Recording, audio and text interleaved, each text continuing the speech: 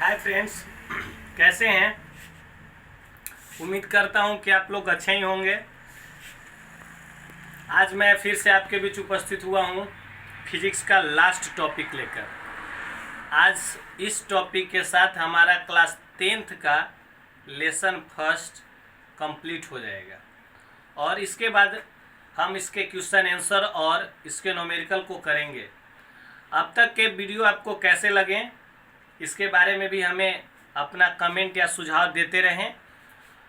और आज हम पढ़ाने जा रहे हैं आपको आवर्धन, जिसको अंग्रेजी में मैग्निफिकेशन भी कहते हैं। आवर्धन क्या है और इसका सूत्र क्या होता है तथा किसी भी दर्पण में इसे किस तरह से प्राप्त किया जाता है।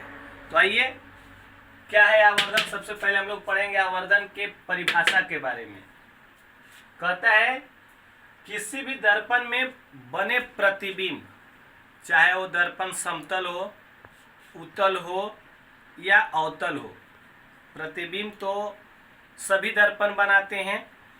तो किसी भी दर्पण में बने प्रतिबिंब की ऊंचाई यानी कि हाइट ऑफ इमेज, जिसे एचआई कहते हैं, तथा उस वस्तु के ऊंचाई जो रियल वस्तु होगी उसकी ऊंचाई के अनुपात को आवर्धन कहते हैं। बहुत आसान परिभाषा है।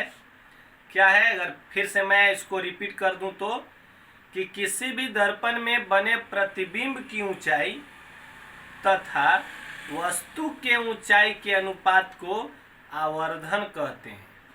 प्रतिबिंब की ऊंचाई पहले, वस्तु की ऊंचाई बाद में, और इस अनुपात को आवर्धन कहते हैं। हमारा स्टार पॉइंट है कि आवर्धन को एम द्वारा सूचित किया जाता है। यानी कि अगर हम संकेत में आवर्धन को किसी को बताने चाहें तो एम का प्रयोग करते हैं। यानी कि आवर्धन को एम द्वारा सूचित किया जाता है। इसलिए आवर्धन बराबर हम परिभाषा से एक सूत्र लिखे तो क्या होगा कि आवर्धन बराबर होता है प्रतिबिंब की ऊंचाई बट्टा वस्तु की ऊंचाई। और आपको पता होगा कि बट्टा को ही अनुपात कहते हैं, यानी प्रतिबिंब की ऊंचाई तथा वस्तु की ऊंचाई के अनुपात को आवर्धन कहते हैं। इस अगर परिभाषा से भी हम इस सूत्र से भी हम परिभाषा को लिख सकते हैं, अगर हमको ये फॉर्मूला याद रहे। आवर्धन को अभी हम पढ़े कि आवर्धन को एम द्वारा सूचित किया जाता है, यानी कि आवर्धन बराबर प्रतिबिंब की ऊंचाई को एचआई कहते हैं, हाइट ऑफ इमेज, प्रतिबिंब की ऊंचाई, बटा वस्तु की ऊंचाई को संकेत में एचओ कहते हैं, हाइट ऑफ ऑब्जेक्ट। यानी कि हम कह सकते हैं एम बराबर एचआई बाई एचओ। परिभाषा के अनुसार हमारा यही एक सूत्र बना।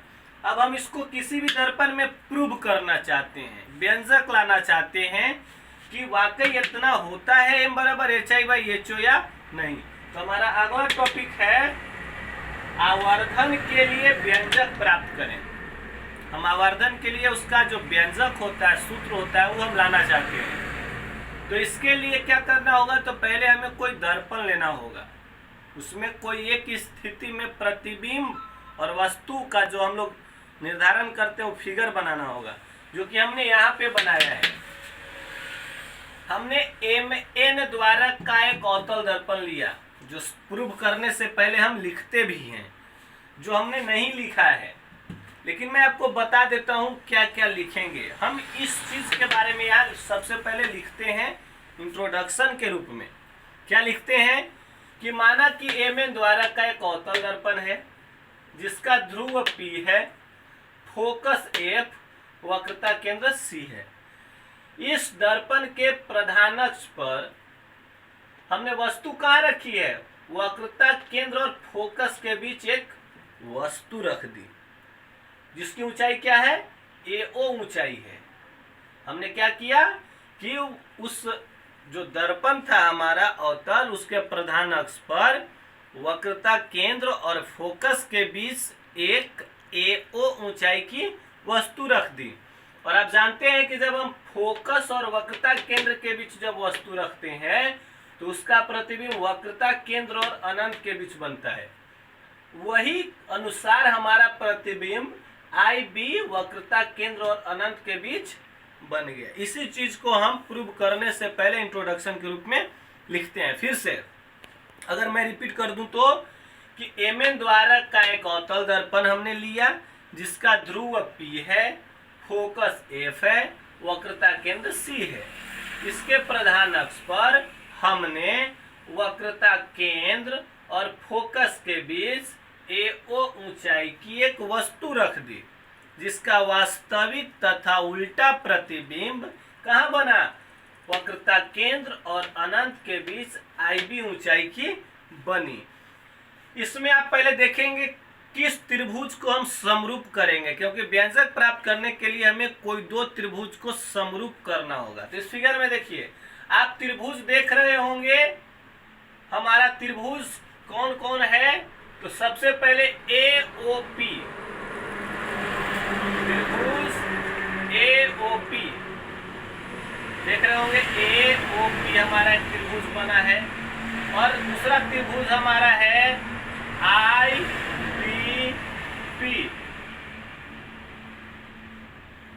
कहाँ है? IBP। ये दोनों त्रिभुज समरूप हैं। 90 ये जितना कोण होगा उतना ही ये होगा, यानी कि AOP और IBP त्रिभुज समरूप है। अब अगर हम यहाँ आए तो हमने वही चीज को लिखा है कि त्रिभुज AOP समरूप है त्रिभुज IBP। क्या? AOP त्रिभुज और IBP त्रिभुज एक दूसरे के समरूप हैं, यानी कि उनका रूप बराबर है। तो हम जानते हैं कि जब दो त्रिभुज समरूप हो जाते हैं तो उनकी संगत भुजाएं समान अनुपात में होते हैं, यानी कि उनकी ऊंचाई का अनुपात, उनके आधार का अनुपात और जो भी भुजा बच गए जिसको विकर्ण कहते हैं या कर्ण कहते हैं उसका जो अनुपात होगा वो समान होगा। तो हम इसमें इसके विकर्ण का कोई काम नहीं है या कर्ण का कोई काम नहीं है, हम लोग सिर्फ और सिर्फ इसके ऊंचाई और आधार को लेना है। यानी कि हम लिख सकते हैं अगर त्रिभुज ले तो IB बटा AO, यानी कि IB इस त्रिभुज की ऊंचाई तो इसकी भी ऊंचाई बटा IP इस त्रिभुज का आधार तो इसका भी आधार हमने ले लिया। यानी कि बड़ा वाला त्रिभुज इस त्रिभुज का ऊंचाई तो इस त्रिभुज का ऊंचाई, इस त्रिभुज का आधार तो इस त्रिभुज का भी आधार ले लिया हमने, समान अनुपात में होंगे। अब चिन्ह परिपाटी के अनुसार अब हम इन चीजों को चिन्ह परिपाटी में बदलना चाहते हैं कि IB किसको इंडिकेट करता है, AO किसको इंडिकेट करता है, IP किसको इंडिकेट करता है और AP किसको इंडिकेट करता है।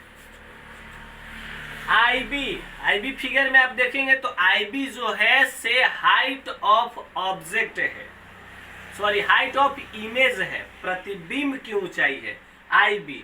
तो हम IB को HO लिख सकते हैं, IB को हम HO लिख सकते हैं। जो गलत है यहाँ हमारा HI होगा और यहाँ पे AO हमारा HO है। ठीक है, IB HI है, आप देख सकते हैं फिगर में। IB हमारा प्रतिबिंब की ऊंचाई है और निगेटिव है, नीचे की ओर है, यह वास्तविक है। तो आपको याद होगा कि जब वास्तविक प्रतिबिंब बनता है तो उसकी ऊंचाई ऋणात्मक होती है, इसलिए हमने माइनस में इसको लिखा है, यानी कि IB जो होगा माइनस HI। AO क्या है फिगर में आप देखिए, AO जो है वो वस्तु की ऊंचाई और ऊपर की ओर है और वस्तु की ऊंचाई हमेशा पॉजिटिव होती है, यानी कि प्लस HO। IP क्या है? IP यानी कि P से लेके प्रतिबिंब जहां बना है वहां तक की दूरी क्या कहलाती है? प्रतिबिंब दूरी। और क्या है? बाईं ओर है, इसलिए -V। और AP जो है से -U वस्तु दूरी है। अब इनका मान हमने समीकरण फर्स्ट में रख दिया। IB के जगह पर -HI रख दिया, AO के जगह पर हमने +HO रख दिया, IP के जगह पर -V रख दिया, AP के जगह पर -U रख दिया। माइनस से माइनस हमारा कैंसिल हो गया, यानी कि हमको बच गया -HI/HO बराबर V/U। यहाँ फिर अगर हम आते हैं,